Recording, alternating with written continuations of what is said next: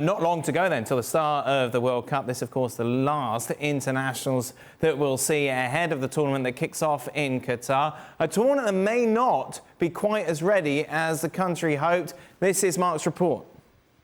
So this is the Lusail Stadium. You can see behind me. This is due to open on Friday with a friendly between the champions of Egypt and the champions of Saudi Arabia. Also going to host the World Cup final. Now, it's pretty unfinished, it has to be said. There's lots of building work going on, there's cranes everywhere, the hotel behind, not ready yet. And the road down there, again, it's just a construction site. So basically, World Cup starts in, I think, 73 days, and the whole venue for the World Cup final. The stadium, as everywhere else, is absolutely ready, but it's mainly the infrastructure and the surrounding areas where the roads and the buildings and the metro line, which is here, is still pretty unfinished. So the big concern would be, is it going to be ready to accommodate fans and get it from A to B? And that is a question. Now, the organiser are confident it will be, but right now, it doesn't look like it's ready to host a game in 36 hours' time.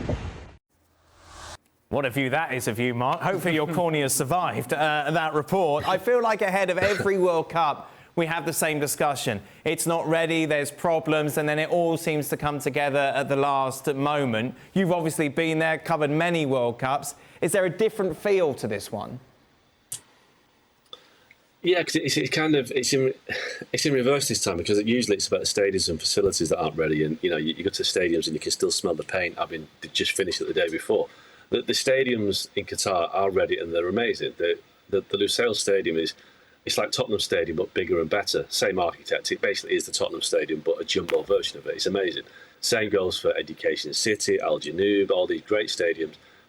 But when you step outside the stadium, you look around it, it's like being on a lunar landscape. There's nothing there. The only stadium that's really dressed up for a World Cup is the Khalifa Stadium, which is, I think it was built in the 70s. That's the existing stadium. It's got a shopping mall. It's got restaurants. It's got the kind of things that you expect at a stadium for fans, amenities to enjoy themselves. I was at the Al Janoub Stadium, which is, it's shaped like a pearl. It's a fantastic stadium, but outside it, there's nothing. And I was speaking to the organisers, saying, "What are you going to do here?" "Oh, it'll be fine. We're going to put in concert style." Stalls that can sell food, that we're going to have entertainment stands and all this sort of thing. Same at the Lusail. Now, the Lusail is going to host the World Cup final. Now, the best way to describe it is that there are lots of unfinished apartments that are not going to be finished. And the people that were showing us around were saying it's a 5-year project, but they're probably in year 1 of that project. So the World Cup final is going to be surrounded by a building site.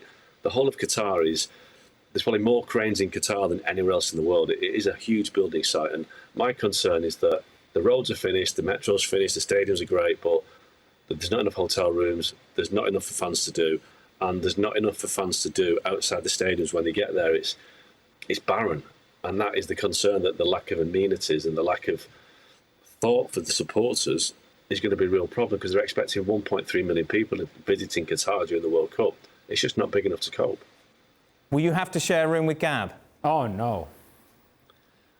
Well, we're still currently drawing lots to find out who has that misfortune, and I'm just I'm looking for a pair of scissors. Thank you very much. Well, thank you very much for watching ESPN on YouTube. For more sports highlights and analysis, be sure to download the ESPN app. And for live streaming, premium content, and let's not forget as well, ESPN FC 7 days a week. Subscribe to ESPN Plus.